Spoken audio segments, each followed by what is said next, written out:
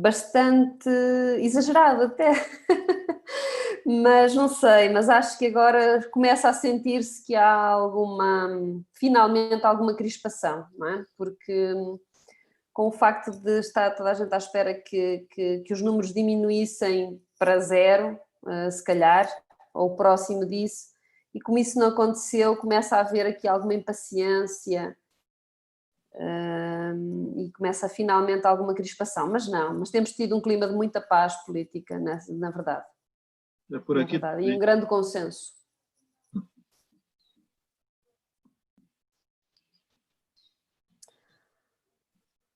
Aí as coisas são mais complicadas. Mas também é uma forma de consenso. É uma boa forma de ver as coisas, de facto. De facto.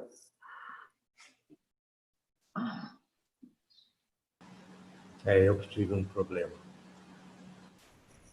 Muito bem.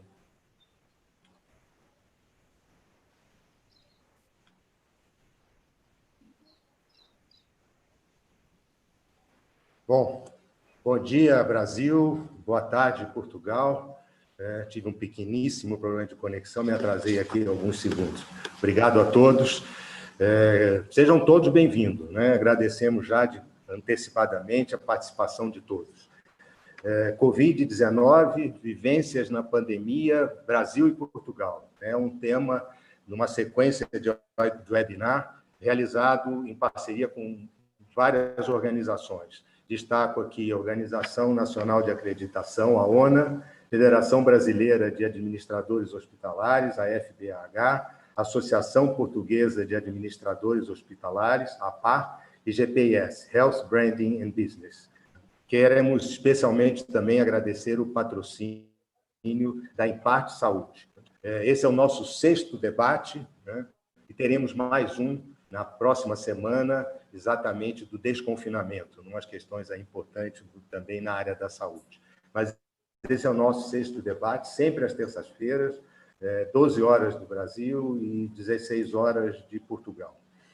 Hoje tenho a honra e agradecimentos especiais da participação de 3 ilustres debatedores, meu mestre Gonçalo Vecina Neto, médico formado Faculdade de Medicina de Jundiaí, mestre em Administração de Empresas na área da saúde da Fundação Getúlio Vargas, presidente da Anvisa no período 99 a 2003, foi secretário municipal de saúde da cidade de São Paulo e foi superintendente corporativo do Hospital Sírio-Libanês de 2007 a 2016.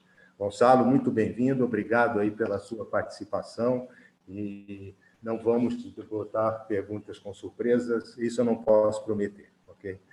Doutora Margarida Tavares, muito obrigado pela presença, nos trazer aí as experiências também de Portugal nesse tema nosso aqui relevante, né, que nós vamos falar da pandemia e o futuro, né, quais os erros não cometer na próxima pandemia.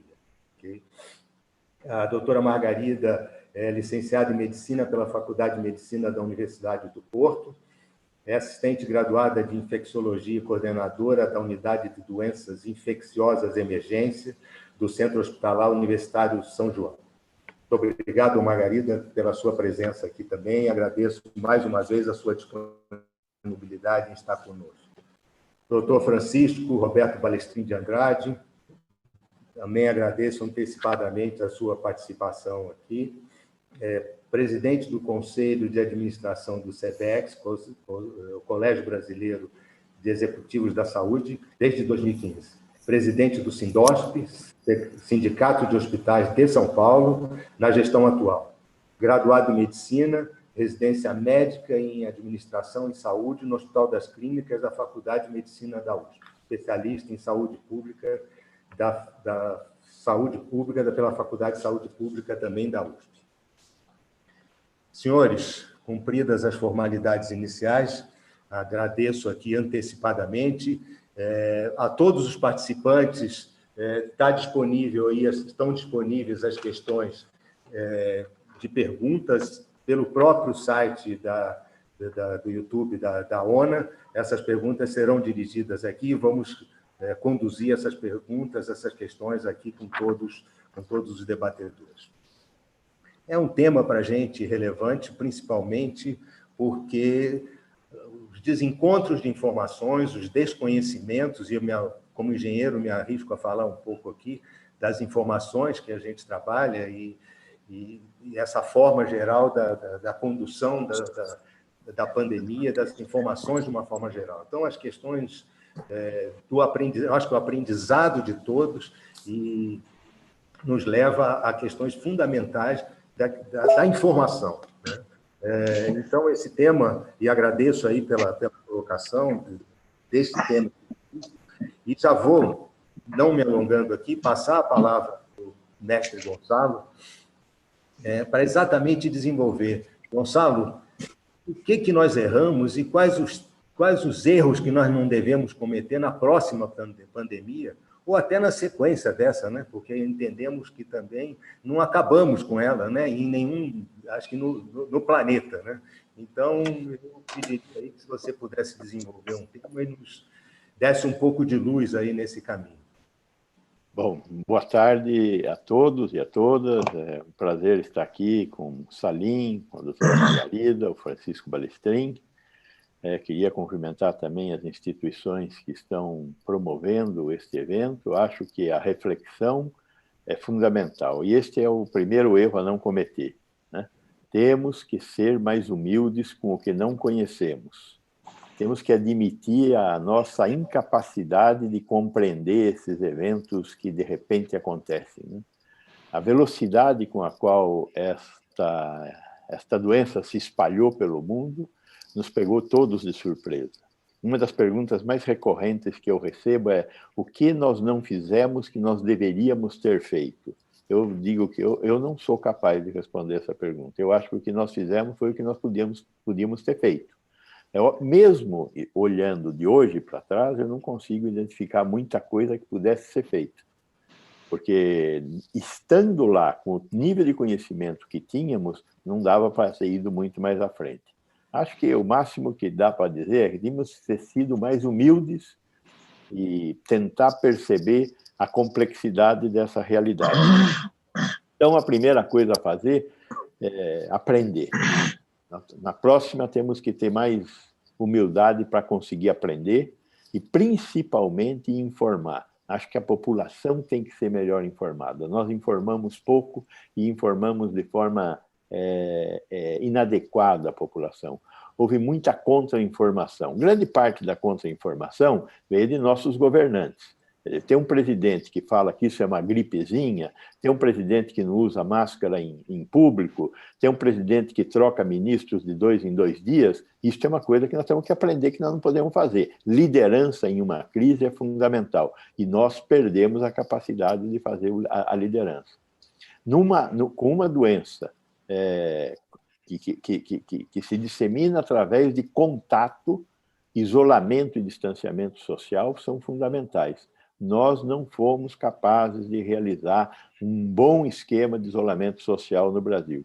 Poucos países conseguiram fazer isso, é verdade, né? Mas temos bons exemplos, como a Nova Zelândia, por exemplo, de como fazer um lockdown e as consequências do lockdown. As consequências do lockdown são importantes para a economia, mas salvaram muitas vidas. Nós temos que entender a importância da diminuição do contágio, né? Entender as barreiras, né? Num determinado momento, quando esta doença foi vista como uma doença que se dissemina através do contato e não através do ar, nós exageramos bastante no que diz respeito à presença de barreiras à infecção, né? Essas barreiras à infecção, como, por exemplo, a questão da higiene das mãos, as máscaras, etc., às vezes me fez parecer que nós estávamos lutando contra o vírus do ébola e não contra o coronavírus. Achei que nós exageramos um pouco, mas talvez a gente tenha que repensar, né? Agora que nós estamos começando a fazer protocolos de abertura, aparecem vendedores de túneis de desinfecção. Túnel de desinfecção é uma bobagem, né? o uso de ultravioleta em qualquer ambiente. O uso de ultravioleta é uma coisa que não deve ser feita. É um tipo de ação que, inclusive, é lesiva à saúde humana, porque é cancerígena, né? E o ultravioleta é esterilizante quando ele consegue atingir o micro-organismo na testa. Se ele tiver qualquer anteparo ao micro-organismo, a ultravioleta não funciona. Então, são coisas mágicas, nós temos que evitar essas coisas mágicas, como nós fizemos muita bobagem com medicamentos, como a cloroquina, a natoxazamida, a ivermectina e outros, né? Então, essa é uma coisa importante. Segunda questão importante é como é que faz testagem, né? Nós temos que... Fizemos um monte de confusão com esse negócio dos testes moleculares e testes sorológicos. Pressionamos a Anvisa a liberar testes sorológicos desnecessários e não precisos. Hoje nós estamos vivendo a consequência disso. O Brasil testa para cada caso confirmado 3 pessoas, né? Os países que já passaram por isso testaram entre 10 e 30 pessoas para cada caso confirmado. Sem confirmar casos, eu não os isolo e não impeço que eles continuem disseminando a doença. Então, testar é uma coisa fundamental que nós não estamos fazendo. Terceira questão é a questão da indústria, né? Nós transferimos as nossas indústrias para o Sudeste Asiático. Por quê? Porque lá a mão de obra é mais barata e não se respeita o meio ambiente, então é mais barato produzir. Consequência disso, nós não temos EPI e não temos farmoquímicos. Como é que vai ser o próximo passo? Nós vamos continuar desse jeito? Temos que pensar nessa questão, né? Pode ser que produzir aqui, porque tem que respeitar o meio ambiente, ou porque a mão de obra é mais cara, seja mais caro. Nós temos que entender como é que resolve essa equação quando você tem uma epidemia e cresce muito o uso desses produtos e você, então, fica sem acesso a eles. Tivemos problema com material médico, EPI, tivemos problema com equipamentos, os respiradores e monitores e bombas de infusão, estamos tendo agora. Estamos tendo problema com medicamentos da linha dos anestésicos e relaxantes musculares. E estamos tendo ainda problemas com teste. Neste momento, nós estamos sem a fração de extração dos testes na rede pública e na rede privada, porque é um produto importado que nós não estamos encontrando no mercado. Então, você tem todas as 3 fases do teste, exceto o extrator, que é uma coisa bem brasileira, né?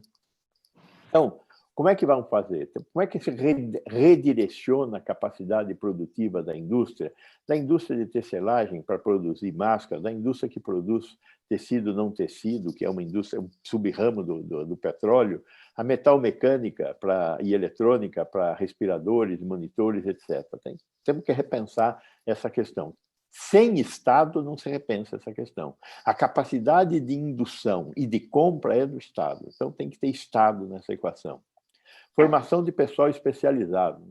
Quando nós comparamos as nossas taxas de mortalidade em UTI, elas já estiveram mais altas. E quando você olha para o Brasil, elas foram incrivelmente mais altas nos países, nos estados do Norte, em relação aos estados do Sudeste. Qual é a razão disso? Gente especializada em tratamento intensivo, né? Pessoas, médicos, enfermeiros, fisioterapeutas, assistentes sociais, psicólogos, equipe multiprofissional.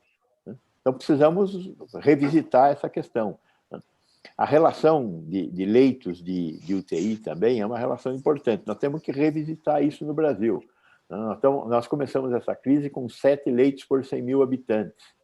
E agora estamos com 8,8 leitos por 100 mil habitantes, graças a um esforço importante que foi feito pelo SUS para aumentar o número de leitos.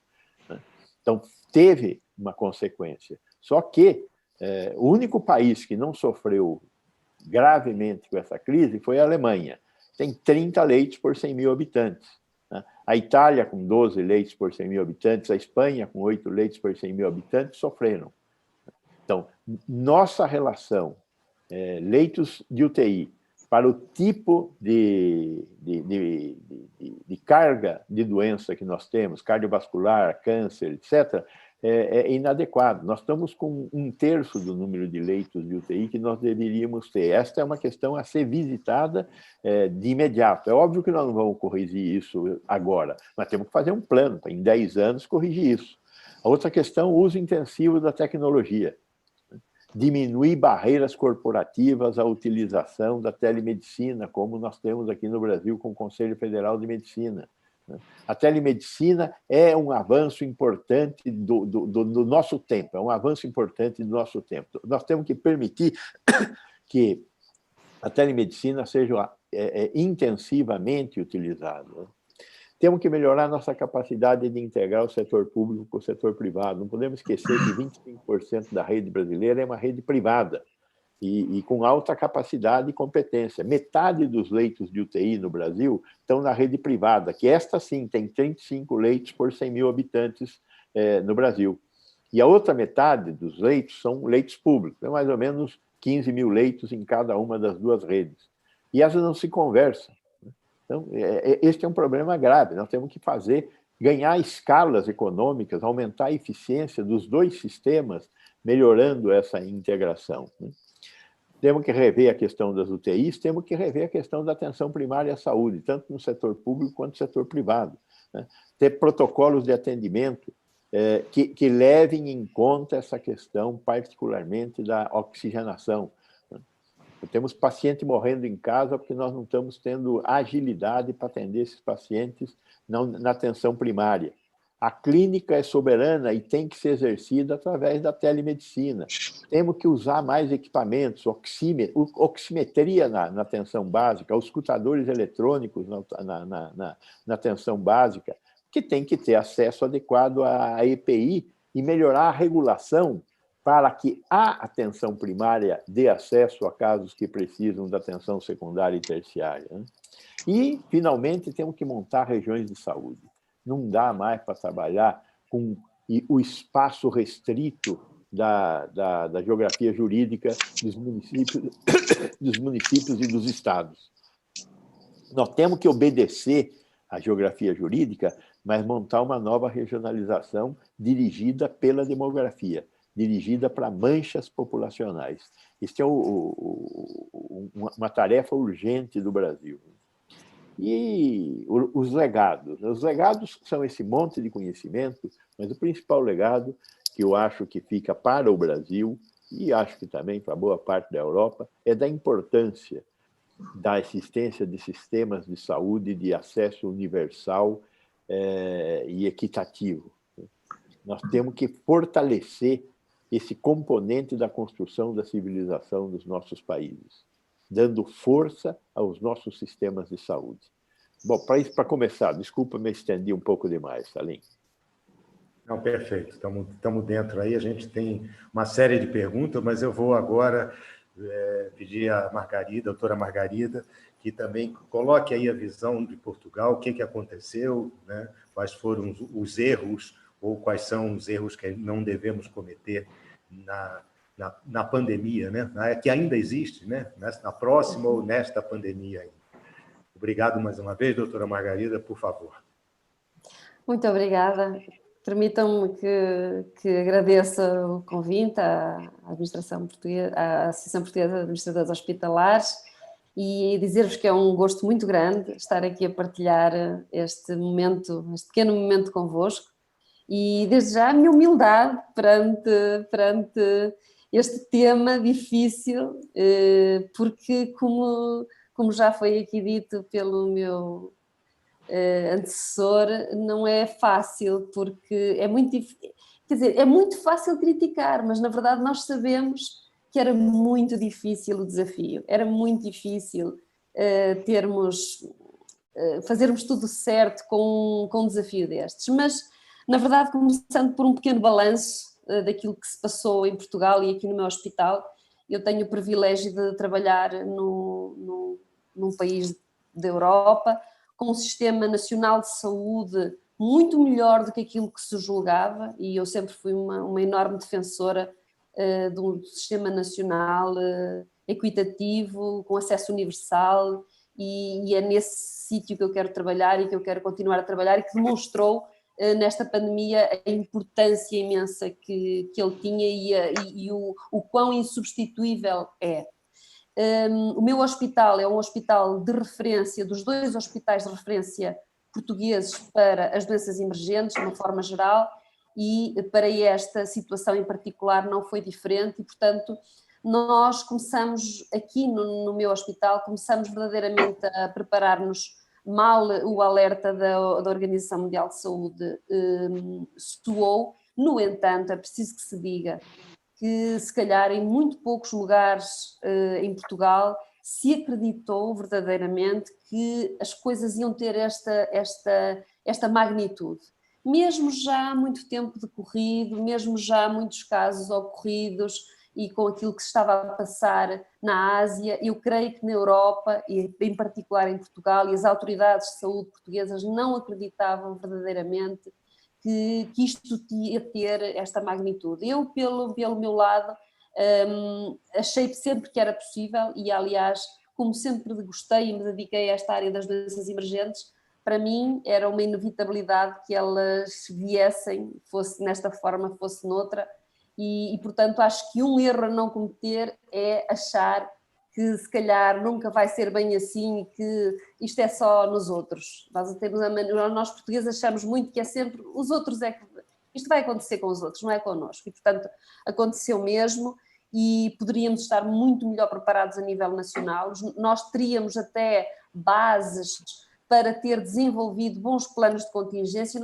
Nós tínhamos um bom plano de contingência para a pandemia de gripe, que podia muito facilmente ter sido constantemente atualizado e acho que ninguém acreditou muito que ele fosse necessário e teria dado alguma ajuda neste caso, embora acho que a reação do país foi uma reação favorável, rápida, e nós aqui no meu hospital conseguimos organizar-nos muito, muito rapidamente e as coisas correram muito bem, mesmo muito bem. Nós chegamos a ter aqui, o meu hospital tem 1100 camas, mais ou menos, temos normalmente cerca de 60 leitos intensivos, conseguimos duplicar a capacidade de leitos de cuidados intensivos e conseguimos ter, no pico da nossa epidemia, tivemos cerca de 200 doentes internados. Desenvolvemos protocolos muito rapidamente para a resposta em ambulatório, para a resposta em internamento, montamos novas respostas mais adiantadas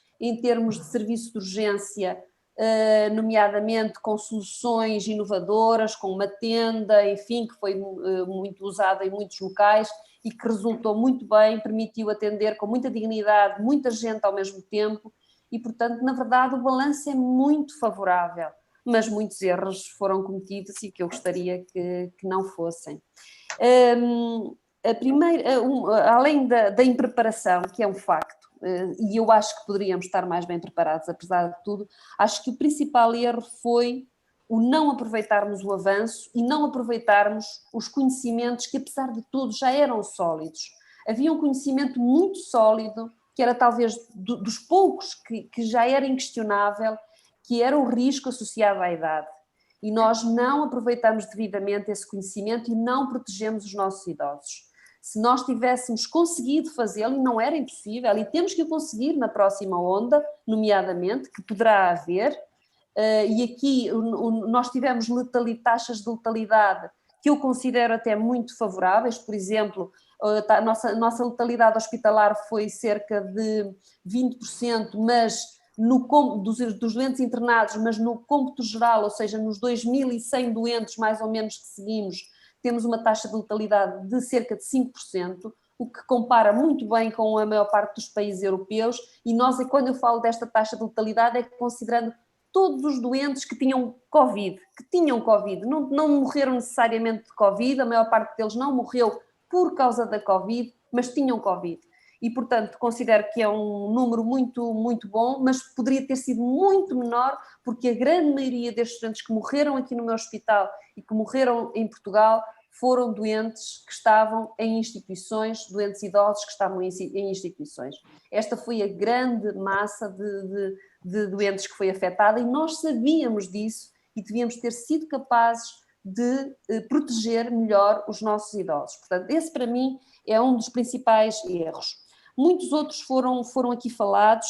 Nós tínhamos uma fragilidade da saúde pública, embora nós até temos uma organização em termos de saúde pública que eu considero boa. Nós aqui no Norte temos mais sorte, temos uma saúde pública mais sólida e ainda mais capaz em termos de números e de métodos de trabalho e até de interligação entre os hospitais e com a saúde pública, e portanto penso que as coisas resultaram muito bem, mas quando finalmente os casos chegaram a Lisboa, as coisas complicaram-se e está a ser difícil conseguir controlar, também porque, temos que dizer, as cadeias de transmissão que nós temos agora são diferentes das que nós tivemos no início e são muito mais difíceis de debelar porque são em populações diferentes. A primeira população que nós tivemos aqui de doentes foram pessoas de classe média alta, que vinham das estâncias de neve, que vinham de viagens saudáveis, jovens, e, portanto, que tinham ido a feiras de moda, a feiras de calçado, portanto, pessoas que compreenderam muitíssimo bem a mensagem, aderiram muito claramente àquilo que lhes foi pedido e, portanto, tornaram o nosso próprio trabalho muito fácil, o nosso e o dos colegas de saúde pública muito fácil. Agora não é isso que nós agora temos as doenças infecciosas onde elas provocam mais estragos, temos esta doença infecciosa também nas populações mais vulneráveis, nos migrantes, em populações que é muito mais difícil chegar e, portanto, eu compreendo que agora a dificuldade de cortar as cadeias de transmissão é muito maior e está a ser mais difícil, nomeadamente na região de Lisboa e Val do Tejo. E, portanto, aqui houve, para mim, uma outra questão que eu acho fundamental e não me quero alongar muito, parem-me quando eu estiver a falar demais, mas há uma coisa que eu acho. Eu não sei se tenho a resposta correta, mas interrogo-me porque é que nos dias de hoje, nos países ocidentais modernos, com tanta capacidade como é aquela que nós temos na Europa e noutros países da América, porque é que nós importamos tão facilmente um modelo chinês? Eu tenho dificuldade em compreender isto. Porque é que nós não fomos capazes de ter uma resposta sanitária moderna e democrática e estamos a optar por uma resposta altamente autoritária? Aquilo que está a acontecer em Portugal, noutros países europeus, com fechos de fronteiras entre países da União Europeia, eu tenho muita dificuldade em aceitar isto e aceitar que seja necessário ser assim.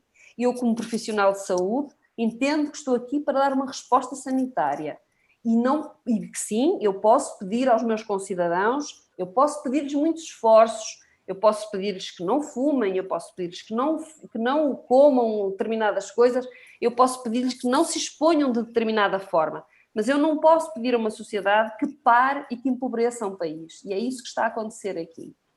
E eu não sei se é necessário, eu tenho dúvidas que seja necessário um confinamento a estes níveis. Não haverá outra forma de responder? Eu acho que sim. Eu acho que há medidas, tudo aquilo que nós pudermos pedir às pessoas, aos nossos concidadãos, devemos pedir-lhes, desde que não impeça o seu bem-estar económico, social, mas pedir-lhe o esforço que nós estamos a pedir nos países europeus e noutros países, eu acho exagerado.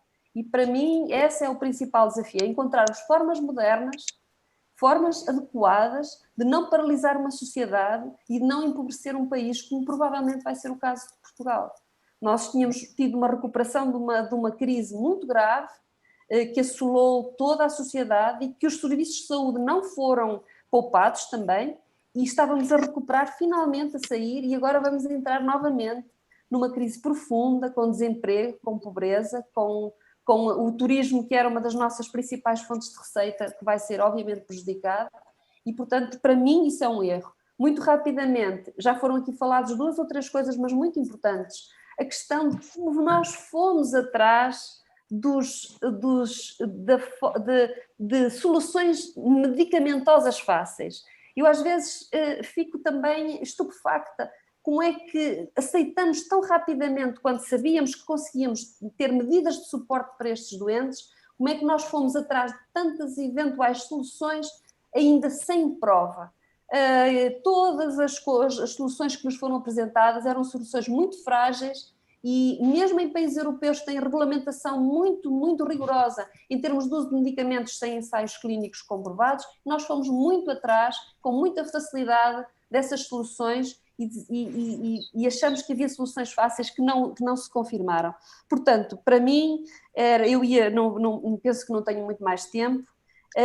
A principal questão que está agora a acontecer e que não deixa de ser importante e está a acontecer nos países europeus, mas também aconteceu no Brasil de outra forma, que é a politização de uma pandemia e a importância que isso pode vir a ter no nosso futuro, e acho que esta pandemia inevitavelmente vai mudar para sempre as nossas vidas, vai mudar se calhar os nossos regimes políticos, alguns deles, e eu acho que deveríamos ter uma resposta mais sanitária, menos política, a um desafio tão grande como este, e deixo o tempo para outras questões e para ouvir os meus caros colegas.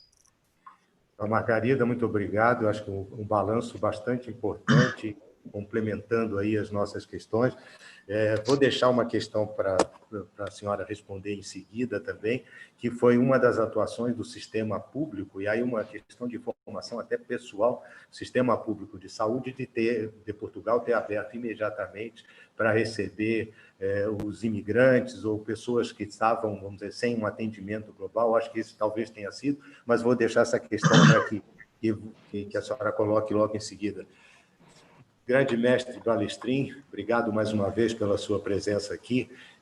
Também peço as suas considerações, mas já vou te deixar uma questão aí importante também colocada no teu complemento, já atendendo algumas perguntas nossas aqui, dos nossos assistentes. Os hospitais já estão aptos hoje a receber cirurgias eletivas sem grandes riscos no Brasil? Né? Essa é uma questão que eu queria que você também fizesse um balanço aí dentro dessa questão. E somado a isso também, se a nossa rede, e essa pergunta vai ficar para todos, mas especialmente para o Balestrin, no seu complemento, se nós vamos conseguir com essa pandemia, nesse momento, que a gente tem um pouco mais de uma rede de atenção à saúde, né? E não uma forma tão isolada. A doutora Margarida colocou isso de uma forma importante aí, a importância da rede. Gonçalo também fez essa questão. Então, pediria que, além das tuas considerações aí sobre os nossos erros, o que nós devemos evitar, essas duas questões aí. Obrigado, Balestrin, mais uma vez pelo teu tempo. Bom, na realidade, eu é que devo agradecer o convite que vocês me fizeram, né? Acho absolutamente oportuna essa nossa conversa aqui hoje, Salim, principalmente nós que fizemos um trabalho muito grande nos antigos, o Gonçalo também, nos antigos congressos nacionais de administração hospitalar, que hoje é o dia de São Camilo de Leles, né? E aqui no Brasil, doutora Margarida, é comemorado o dia do administrador hospitalar. Foi uma falha minha. Bem lembrado, obrigado, Balestrin. Estava com isso na minha pauta e distraí. Obrigado. Bom, então, na realidade, eu tô apoiando você na sua fala, tá bom? Fica tranquilo, né? Então, esse é muito oportuno, até porque quem está nos juntando aqui são duas entidades importantes, né, que falam a respeito exatamente da administração hospitalar. Então, acho extremamente oportuno e gratificante que a gente esteja aqui nesse momento discutindo isso, no 14 de julho, né, que não é só a data francesa, mas é também a data do administrador hospitalar aqui no nosso país, né? Bem, veja que, na realidade, o Gonçalo e a doutora Margarida, ou a Margarida, já colocaram, acho que, muito daquilo que tinha que ser colocado, né? Eu também não consigo encontrar tantos mais erros, né, do que aqueles que nós já cometemos, e eu acho que o Gonçalo, com muita sutileza, colocou alguns erros políticos que eu acho que nós tivemos aqui também, ou não tanta sutileza, né? Que, na realidade, eu acho que de alguma forma, eles também incrementaram, né, este conjunto de impropriedades que aconteceu aqui no nosso país. Mas eu queria, então, se vocês me permitirem, levar por um outro lado, né? Falando a respeito do tema, mas, ao mesmo tempo, abordando aquilo que, na minha percepção, foram as grandes crises que nós tivemos, e muitas delas ainda não foram solucionadas, exatamente pelo fato de que nós não estaríamos, de alguma forma, preparados para isso, né? Então, em primeiro lugar, eu queria dizer que eu acho que nós enfrentamos uma grande crise sanitária. É nítido, isso é óbvio, isso é indiscutível, é até Cassiano, né? Mas essa crise sanitária, ela teve para nós alguns vieses. O primeiro, é claro, mostra a nossa falência, entre aspas, do nosso modelo de vigilância sanitária, né? À medida que nós temos uma série de órgãos de vigilância sanitária nos estados, nas prefeituras e organizados em última análise, pelo governo federal, e o Gonçalo conhece isso melhor do que todos nós, porque foi o nosso presidente, o primeiro presidente da nossa agência, nós tivemos uma falência no nosso sistema de vigilância sanitária, né? Porque não conseguimos, de alguma forma, ter ações e propostas uniformes de atuação. Então, nós não conseguimos promover as barreiras que precisariam ter sido colocadas para que o nosso país, de alguma forma, tivesse um mínimo de uniformidade. É verdade que nós não somos um país uniforme, né? Da mesma forma que na União Europeia, o que aconteceu? A Itália teve uma característica, a Espanha outra característica, Portugal outra característica, nós não percebemos isso no nosso país. E quisemos, de alguma forma também, eu acho que esse talvez possa ser colocado como algo que a gente... tratar o país de uma forma homogênea. E o nosso país não é homogêneo. O Brasil é maior que a União Europeia. O conjunto dos nossos estados, necessariamente, teriam que ser vistos de uma forma distinta. E, consequentemente, os nossos grandes municípios, cidades com 12 milhões de habitantes, 6 milhões de habitantes, 5 milhões de habitantes, é claro que elas teriam um perfil sanitário distinto. Então, isso foi algo que nós não vimos. A segunda questão, eu acho que nós tivemos um choque no nosso modelo de atenção. O nosso modelo de atenção, todos vocês sabem, é focado principalmente na doença, né? É focado naquele paciente que perde a sua condição de estabilidade para ficar doente. Então, nós não temos um modelo de assistência primária, principalmente na chamada medicina suplementar, onde nós temos, né, um conjunto de ações que são mais focadas na doença do que propriamente dito. Então, nós tivemos um choque nesse modelo de atenção, e o que houve logo no início foi que também, por não sabermos aquilo que deveria ser feito, nós simplesmente bloqueamos as nossas instituições hospitalares e as nossas instituições de prestação de serviço de diagnóstico para que não fizessem nada a não ser se concentrasse no Covid. Isso gerou, do ponto de vista das instituições hospitalares, uma crise sem precedentes. São Paulo, que é uma grande cidade, é um país, tem um comportamento, mas o resto do país, quando você simplesmente define que não haverá mais cirurgias eletivas nos hospitais, nós tivemos hospitais que foram para 30%, 35% da sua capacidade de ocupação. Duas, de quem fazia 30, 40 cirurgias por dia, passaram a fazer 2 ou 1, principalmente naqueles casos que eram os casos tempo dependentes, né? Que não poderia de nenhuma forma ser adiado, ou emergências, provavelmente dito. Então, isso criou para as instituições hospitalares, principalmente que o paciente COVID naquele instante não chegou, criou praticamente um estado de quase que de insustentabilidade econômico-financeira. E ele ainda prossegue, seja no setor, principalmente no setor da medicina suplementar, mas no setor da medicina pública também. Nós acompanhamos em vários estados hospitais que se prepararam para atender pacientes do COVID e ficaram com suas unidades de internação, muitas vezes com uma capacidade de ocupação bem baixa, né? 3, 4, 5 casos. Eu, por exemplo, posso citar Curitiba, que agora que está tendo a grande onda, nós que tivemos em maio, junho, 3, 4, 5 casos de Covid, hoje estamos com 40. Os hospitais públicos de lá, que estavam teoricamente pouco utilizados, hoje estão muito utilizados, e a situação chega a quase 90%, 95% de ocupação das UTIs, e é aquilo que o Gonçalo já citou, do seu ponto de vista de relação de leitos de UTI.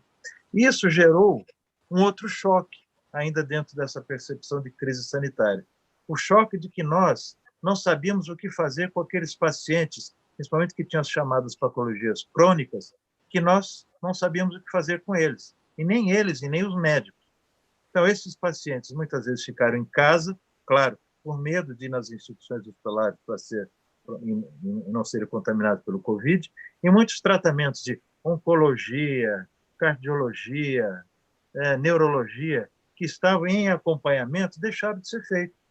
Então, muitas dessas pessoas passaram a sofrer esses danos em casa, os seus acompanhamentos deixaram de ser feitos, os seus diagnósticos deixaram de ser feitos oportunamente e, consequentemente, aparentemente, nós temos um aumento do número de mortes dentro das residências, principalmente por causas oncológicas e por causas cardiológicas, e mais do que isso, as primeiras consultas dessas patologias também deixaram de acontecer, o que significa que nós deveremos ter, e esse é um termo que se usa aqui muito, não sei se ele é apropriado, pode ser que a gente tenha um tsunami de casos mais para frente, ou seja, primeiro aquela situação onde você tinha poucos atendimentos, né? E de repente você brota um conjunto enorme de atendimento, exatamente por esses pacientes que nem foram atendidos e nem aqueles que iniciaram o seu atendimento. Isso também chama atenção, e é algo que a gente vai ter que analisar, que é o fato de que os nossos serviços de emergência, outrora tão lotados e tão cheios, simplesmente se esvaziaram. Então, nós passamos a ter poucos casos para onde se tinha, praticamente se diminuiu em 70%, 80% o número de pacientes que afluíam ao serviço de urgência. Isso significa que nós temos que prestar atenção a isso para ver se essa demanda é uma demanda que realmente não existia ou uma demanda que a gente poderia ser desviada para a medicina primária, como já disse o Gonçalo, e assim sucessivamente. Só queria chamar a atenção para um caso. Normalmente, nesse período de inverno, outono e inverno, que nós estamos vivenciando aqui, aumenta-se muito o número de casos de crianças, principalmente com patologias pulmonares, que frequentam hospitais. Dessa vez, nós não tivemos, o que mostra que talvez o afastamento social ele seja positivo também sobre esse ponto de vista, né? As crianças não estão em aula e, consequentemente, elas estão ficando em casa, estão mais protegidas, não estão precisando das nossas instituições. Então, essa primeira desenho é chamada crise sanitária. A outra crise é uma crise individual, né? Nós todos, de alguma forma, fomos atropelados por essa situação como um todo. Então, toda a possibilidade de nós, individualmente, trabalharmos em casa, fazemos aqui as nossas quarentenas gourmets, que muita gente está fazendo, né? Está todo mundo engordando por conta das quarentenas que estamos fazendo. O fato de que nós temos que aprender a trabalhar, né, em home office, muitos de nós não tinha essa percepção, eu mesmo não tinha, né? E agora estou aprendendo. A outra situação que nós individualmente estamos tendo um relacionamento muito maior do que tínhamos no nosso dia a dia, principalmente dentro de casa, certo? O fato de que, por exemplo, nós estamos aprendendo que os sistemas digitais, sejam na saúde, sejam na comunicação e na educação, são importantes para nós. Nós estamos aqui nesse instante, nesse diálogo, embora seja um diálogo de um plano único, né? A gente não consegue perceber o que está acontecendo, mas é um diálogo que acontece, né? Nós mesmos, na Associação Mundial de Hospitais, tivemos que o nosso congresso, que seria em Barcelona, doutora Margarida aí do lado, né? acabou sendo cancelado, e nós vamos tentar fazer um congresso digital, exatamente para ver como é que essas coisas acontecem. Então, este fato, junto com o afastamento social, criou muitas, e acho que ainda vai criar muitas necessidades e muitas discussões que nós vamos fazer. Nós tivemos uma crise tecnológica, já partindo para a terceira crise, né? Essa crise tecnológica, ela fala muito de que toda aquela tecnologia que nós tínhamos no passado, que passamos anos e anos desenvolvendo, de repente a gente viu que a grande tecnologia era a tecnologia do lavar as mãos, do usar EPIs, do usar máscaras. Então, nós retornamos a valorizar tecnologias, entre aspas, né, de 100 anos atrás. Vocês devem ter conhecimento da gripe espanhola, e eu estou lendo um livro que se chama, aliás, A Grande Gripe, né, que conta exatamente o que é que aconteceu naquele período, e é impressionante como tudo que aconteceu há 100 anos atrás acontece hoje também.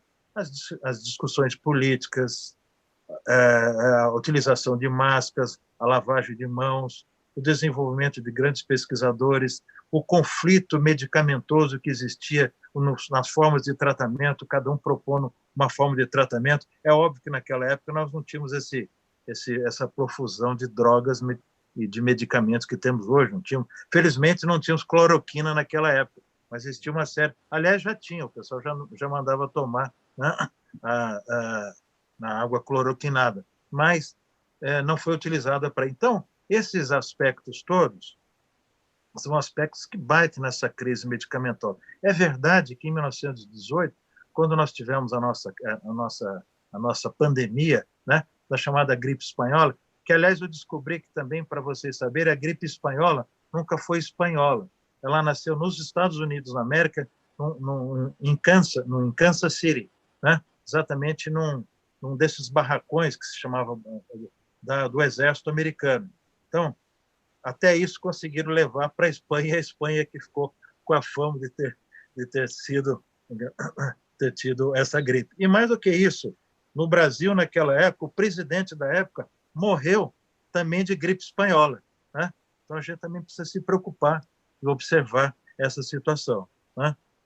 Outra questão é a chamada crise na gestão do serviço de saúde.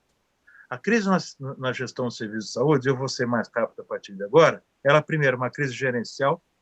Ficou claro que nós, dentro dos nossos hospitais, já respondendo um pouco aquela pergunta que você me fez, nós tivemos que aprender como gerenciar 2 hospitais ao mesmo tempo, como gerenciar um hospital que precisa, de alguma forma, estar dando continuidade a toda aquela assistência que eu citei antes, e, ao mesmo tempo, trabalharmos com um hospital onde você tem o atendimento, principalmente do conjunto de síndromes gripais que acontecem nessa época, somadas a tudo aquilo que tem a ver com a Covid. Então, isso mostrou que nós só conseguiríamos fazer isso se todos nós dos hospitais estivéssemos focados. Então, o modelo de gestão dos hospitais, eu quero crer, ele vai ter uma influência muito grande em relação a isso, porque ele deixa de ser um modelo onde você tem uma centralização das decisões e as equipes cada vez mais tiveram que atuar dentro dos hospitais e a informação teve que ser muito mais rápida para que você pudesse fazer essas adaptabilidades. Senão, nós não teríamos conseguido, no espaço rápido que tivemos, de criar essas 2 instituições dentro de um hospital. Isso gerou uma crise econômica, que eu já falei, e, é claro, os modelos de negócio nos hospitais vão ter que mudar, né? Nós vamos ter que começar a preocupar e saber que os hospitais têm que estar ligados também às chamadas redes primárias de assistência à saúde, ser ligados às redes, e à telemedicina, que o Gonçalo já falou. Outra crise, tivemos uma crise social, uma crise cultural, uma crise religiosa até no nosso país, porque a gente passou a ter visões religiosas distintas em relação, né? Então, de repente, determinadas religiões ou grupos sociais defendiam determinados procedimentos ou processos ou afastamentos sociais e outras não. E isso acabou virando uma grande discussão, né? Um grande fla-flu aqui no nosso país. Essa é uma grande verdade, onde a gente, de novo, além da polarização política que nós temos, passamos essa polarização política, passou a ser uma polarização, sob o ponto de vista de visões a respeito de uma pandemia. Não faz sentido isso acontecer. Algo que acho que, já para encerrar, a gente teve, que é importante, a gente tem que notar, e me chamou muita atenção, e a doutora Margarida já citou, uma crise da multilateralidade. Isso nós tivemos. Porque, na realidade, quando a gente tem um país como os Estados Unidos da América, que, ao saber que ele precisa resolver os seus problemas, ele vai na China e pega um conjunto de produtos que estão encomendados para outros países, paga mais alto, coloca nos seus aviões e leva para os Estados Unidos e dá uma banana para o resto do mundo, essa é uma verdade. Isso mostra que nós não se tem mais uma discussão multilateral no nosso mundo, né? Onde o país decide, através da sua força econômica e social, fazer aquilo que quer. Na América Latina, nós não tivemos também muitas trocas entre nós. E também na União Europeia, e eu acho que essa é uma das grandes aprendizados, talvez, que eu tenha visto, né? Nós vimos também países fechando fronteiras uns para os outros. Não só fronteiras, hoje como hoje, são fechadas para os países que ainda estão com bastante casos da pandemia, mas nos próprios países membros da União Europeia, uns fecharam as fronteiras uns para os outros, e mais do que isso, não permitiram a ida de tecnologia e a compra de tecnologia de um país para outro. Isso me chamou bastante atenção, ou seja, a multilateralidade ela tem que ser repensada de novo, né? O que é que sobrou de positivo? Sobra bastante coisa. A principal, na minha opinião, é a solidariedade, que passou a ser assim, símbolo, né, desta época. Eu acho que todos nós passamos a ser mais solidários uns com os outros, seja em relação às instituições trocando os dados uns com os outros, seja as pessoas ajudando mutuamente umas às outras. E por quê? Principalmente porque nós percebemos algo que talvez nós, no nosso país, tivéssemos perdido nos últimos anos, algo que se chama a interdependência. Percebemos que somos dependentes uns dos outros e que ninguém consegue fazer sozinho. Então, a solidariedade e a interdependência, eu acho que são os dois fatos positivos que a gente teve. É isso. Obrigado. Obrigado, Balestrin.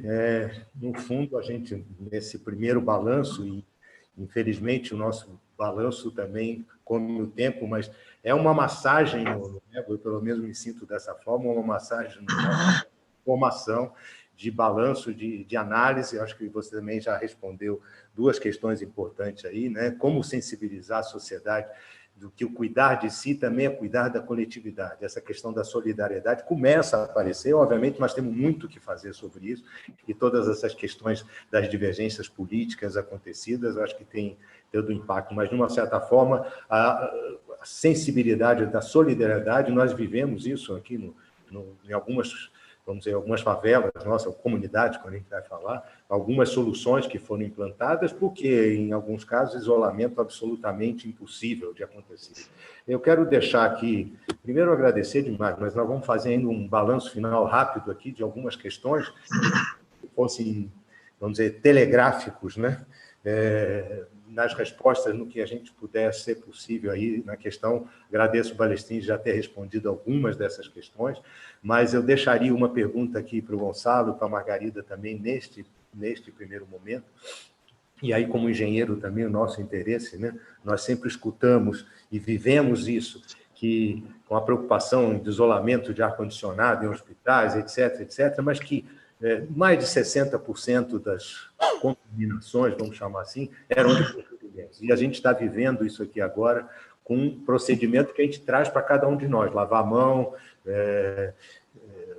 usar máscara, etc., né? Então, dentro dessa questão, que impacto nós podemos ter de informações ou de procedimentos que já não temos, né? A própria vigilância sanitária aqui no Brasil, acho que na tua época e na tua gestão ainda, Gonçalo, começamos a colocar lavatórios dentro dos quartos para que pudesse o médico, a enfermagem, na hora que entrar, lavasse a mão. O básico, de novo, né? A gente não acaba não saindo do básico. Então, que impacto a gente deveria considerar nas edificações, e eu pediria, de novo, telegraficamente, não só nas edificações hospitalares, mas nas unidades de atendimento, que cada vez temos mais em função da nossa população mais idosa, né? Que cuidados que a gente deveria ter dentro dessas instituições, do ponto de vista físico ou de procedimento. Gonçalo, por favor. Muito bom. Eu acho que, do ponto de vista físico, nós teríamos que ser um pouco mais óbvios, né? Então, essa questão de ventilação, por exemplo, a ventilação tem que ser externa.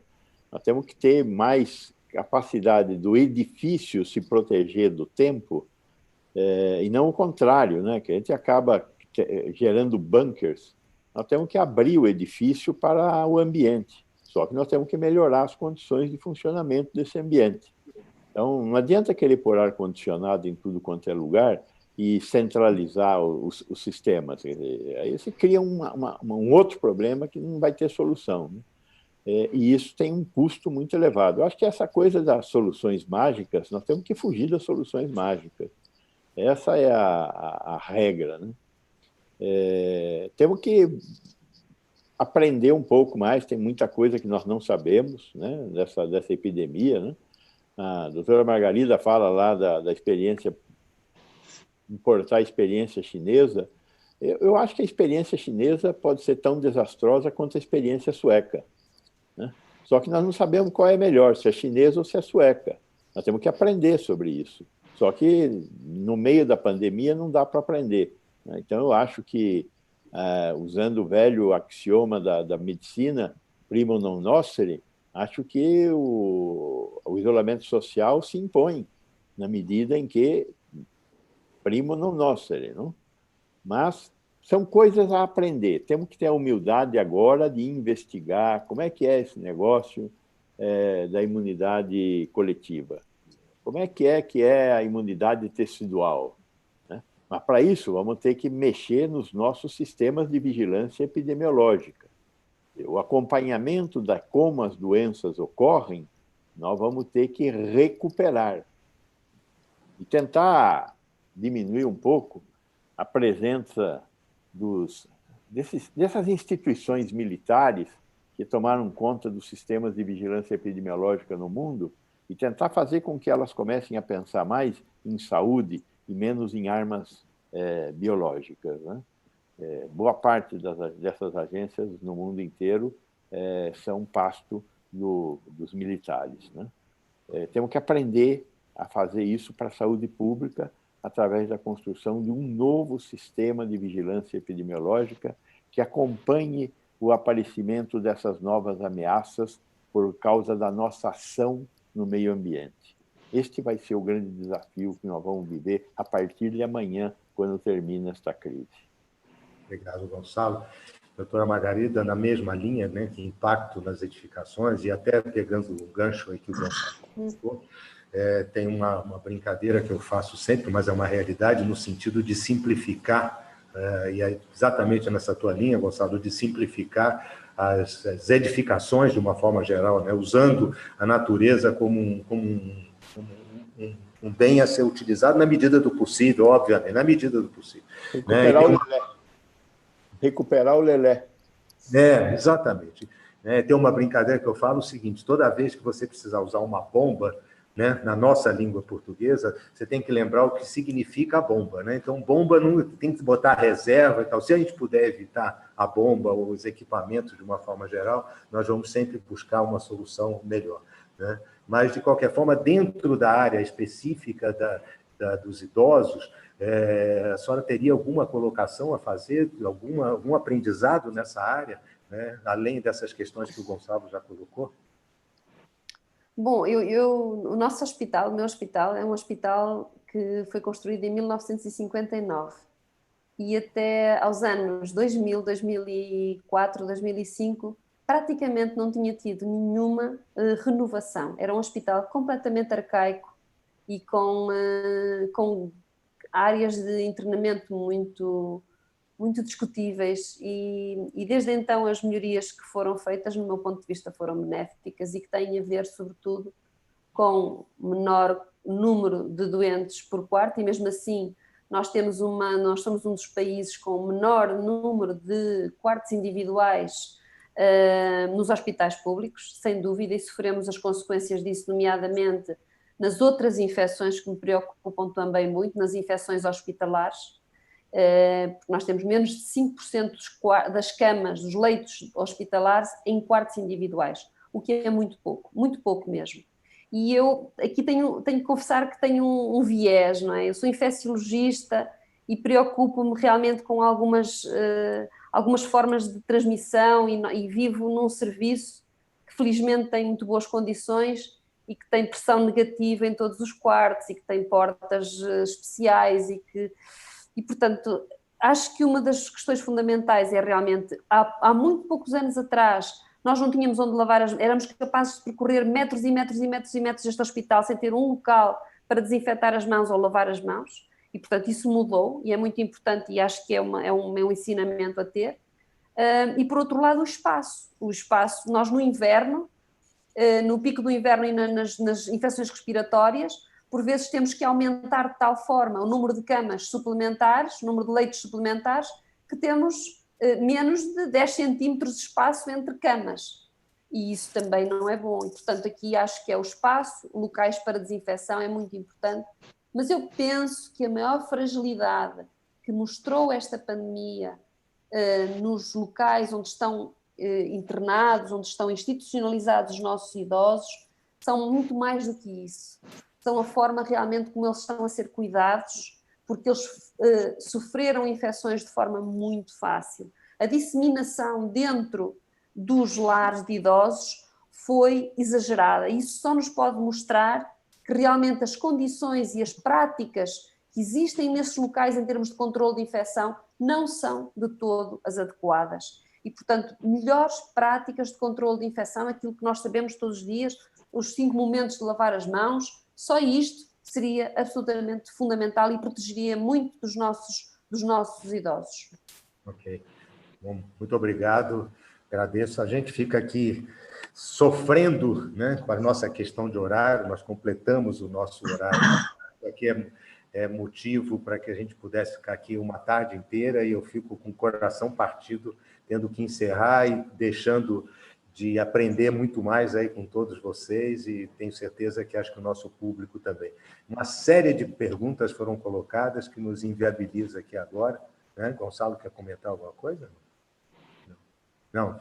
Então, uma série de perguntas colocadas aqui, mas fiquem tranquilos que nós vamos passar para os nossos debatedores aí e a organização aí dos eventos traz de volta essas questões.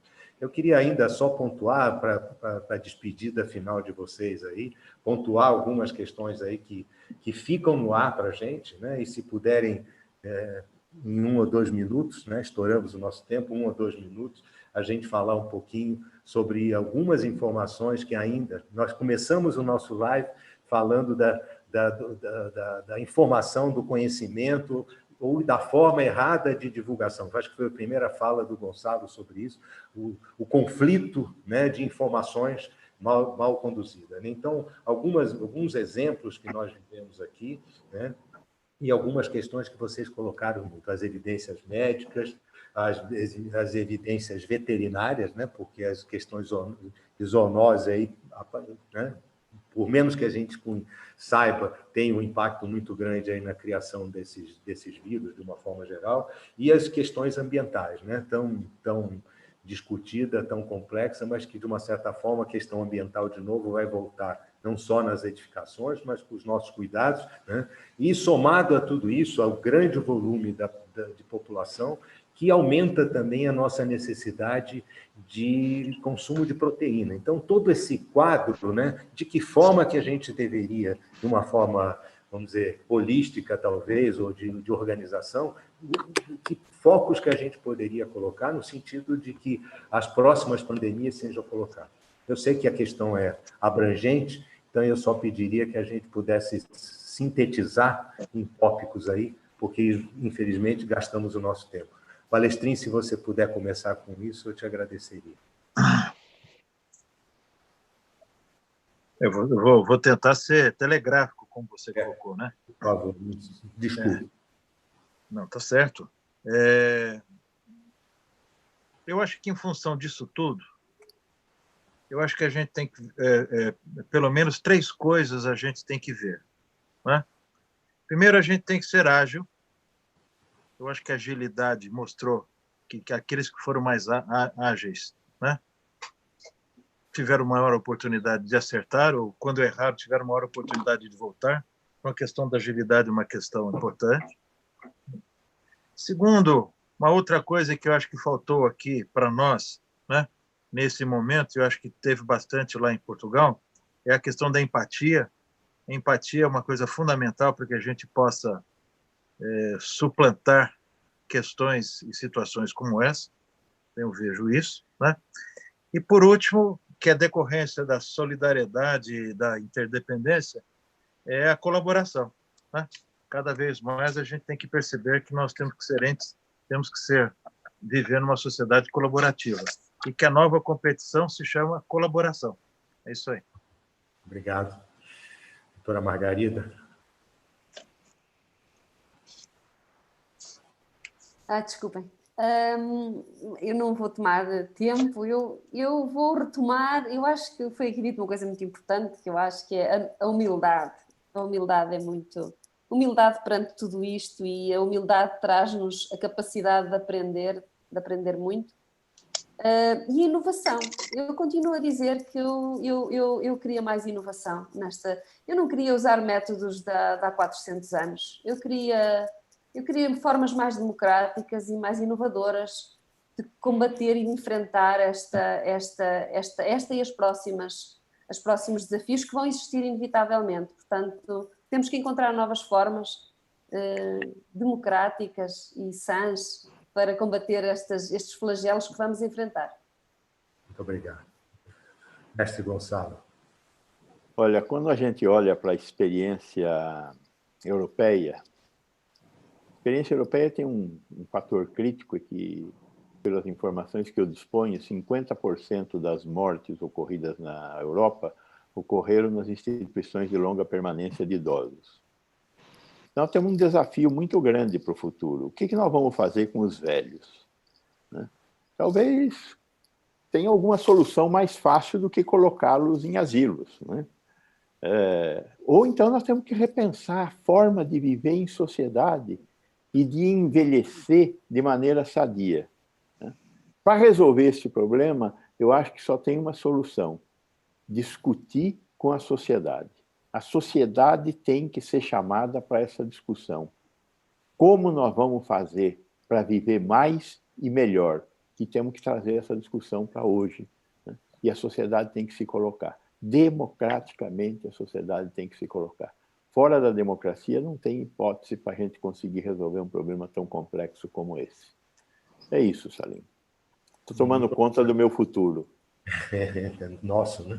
Nosso. O nosso. Nossa. A doutora Margarida também, um dia destes. Muito longe disso, né? Eu acho que eu talvez faça um resumo aqui rápido de palavras-chave que foram colocadas por vocês, que, puxa vida, mais um grande aprendizado, né? Começamos com a humildade, falamos em solidariedade, o espírito de comunidade, né? Colocado aqui agora, né? E colaboração. Eu acho que tudo isso somado aí, né? A discussão, a possibilidade. Eu fico, de novo, como já falei, extremamente honrado de ter podido participar com vocês aqui, ilustres figuras, muito conhecimento, né? Uma audácia aqui também do engenheiro, de tantas sumidades na área da saúde, mas obrigado mais uma vez pela participação de todos vocês. Passo aqui agora os meus agradecimentos finais, deixando claro aí, tivemos uma enormidade de perguntas, uma frequência muito grande, depois os números vão para vocês também, mas uma frequência muito grande, mas uma enormidade de perguntas, algumas consegui intercalar, mas eu não podia interrompê-los em nenhum momento pela dinâmica que foi colocada. Então, as perguntas que não foram respondidas durante o webinar serão respondidas posteriormente. Tá? Eu quero mais uma vez agradecer aos realizadores da webinar, a ONA, Organização Nacional de Acreditação, a FBAH, Federação Brasileira de Administradores Hospitalares, a APA, a Associação Portuguesa de Administradores Hospitalares, e a GPIS, Health Branding Business. Né? E, obviamente, agradecer muito fortemente ao nosso patrocinador, a Imparte Saúde. O público, em geral, que nos acompanhou e manteve uma audiência bastante grande dentro da nossa... durante todo o nosso período de webinar. Prometo para vocês que num próximo encontro forte desse, nós vamos ter um pouco mais de tempo para nos alongarmos em questões de soluções, né? Não de problemas ou de, pelo menos, discussões, apesar de que eu acho que as palavras que vocês colocaram, chaves, aí vão ficar gravadas para mim, com certeza, eu acho que para grande parte desse público aqui presente, como as soluções, que, no fundo, vem do diálogo e da colaboração humana de uma forma geral, como, né, da mesma forma que foi colocado pelo Balestrinho, isolamento de um país que complica uma situação global. Então, acho que as palavras-chave colocadas aí foram fundamentais. A nossa próxima webinar, no dia 21 de julho, seria a última dessa sequência, mas importante, o desconfinamento e os impactos, uma questão de saúde pública. Também será nesse horário, a próxima terça-feira, às 12 horas do Brasil e às 16 horas de Portugal. Todas essas sessões são transmitidas ao vivo pelo YouTube da ONU. Senhores e senhora, agradeço imensamente por esse período. Me sinto constrangido de ter imposto tempo a vocês aí, porque a vontade era participar, né, durante a tarde, o dia inteiro, mas agradeço também imensamente a disponibilidade de todos vocês aqui nessa participação e também ao nosso público que nos assistiu. Boa tarde a todos, muito obrigado.